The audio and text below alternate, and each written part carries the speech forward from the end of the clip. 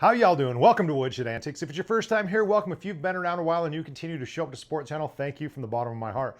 As always, like, share, and subscribe. That helps to grow the channel. It allows me to keep chasing this dream. So welcome to video 2. Today we're going to talk about the tools we're going to use to finish the rib kit. Now I've got that cut. This is the rib kit for the 11.2. So we have a rib kit for a 10.6.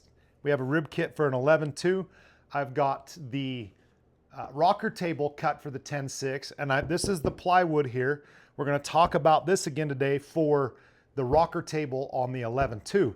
So by the end of this video, we'll be able to build rocker tables. We'll be able to build rib kits for the 10.6 and the 11.2, both of those patterns.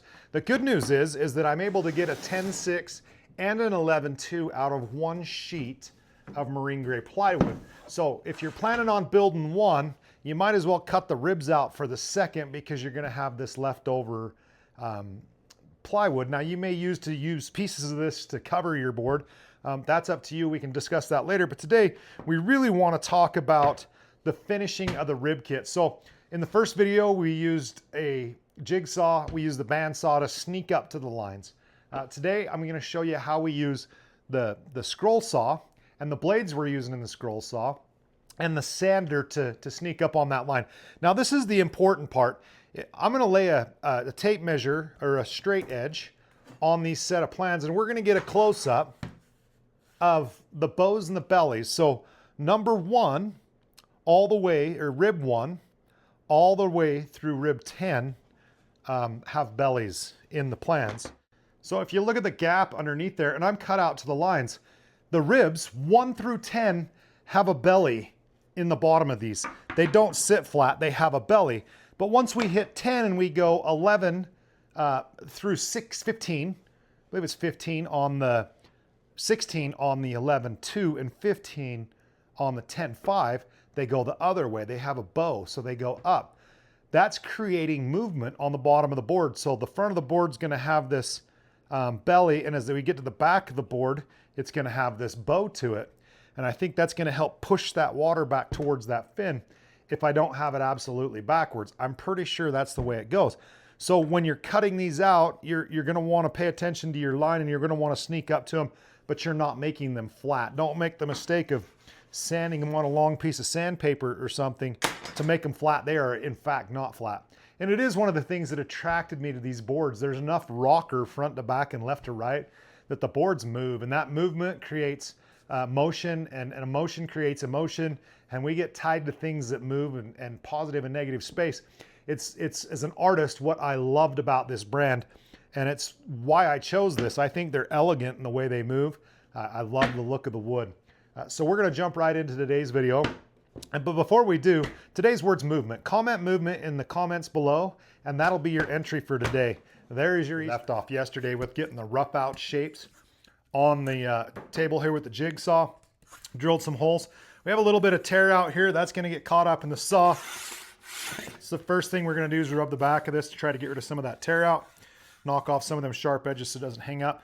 We're going to get these tuned up on the bandsaw. I'm going to show you how we do that. We're not going all the way to the line on most of these, because we're going to sneak up to that final edge on the belt sander. We'll pull that out next. So today we're talking about 3/4 of the way there, the final quarter, sneaking everything up. We'll start cutting out these windows on the scroll saw.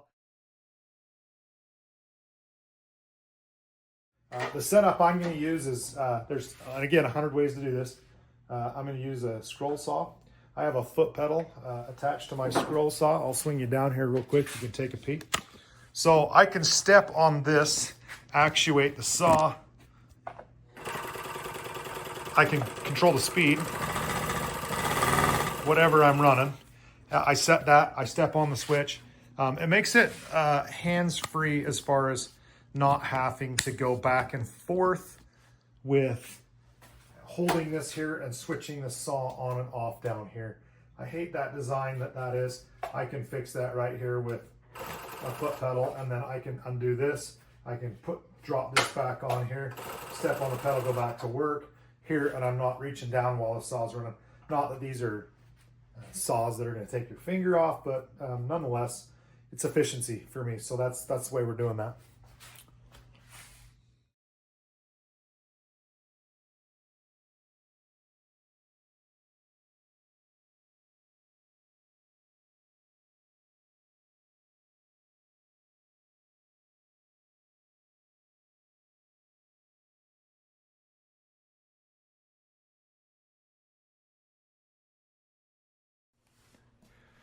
So on sanding the ribs, you'll see when I come through here, I'm always working from this spine out where this spar will sit here. So I'm going to start by addressing these radiuses here. You'll see it.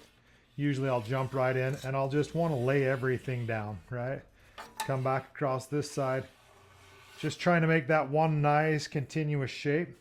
And then when I jump to the belt, you'll see I usually try to stay from here out. I spin it around from here out, and then from here across and here across the faces, smooth everything down.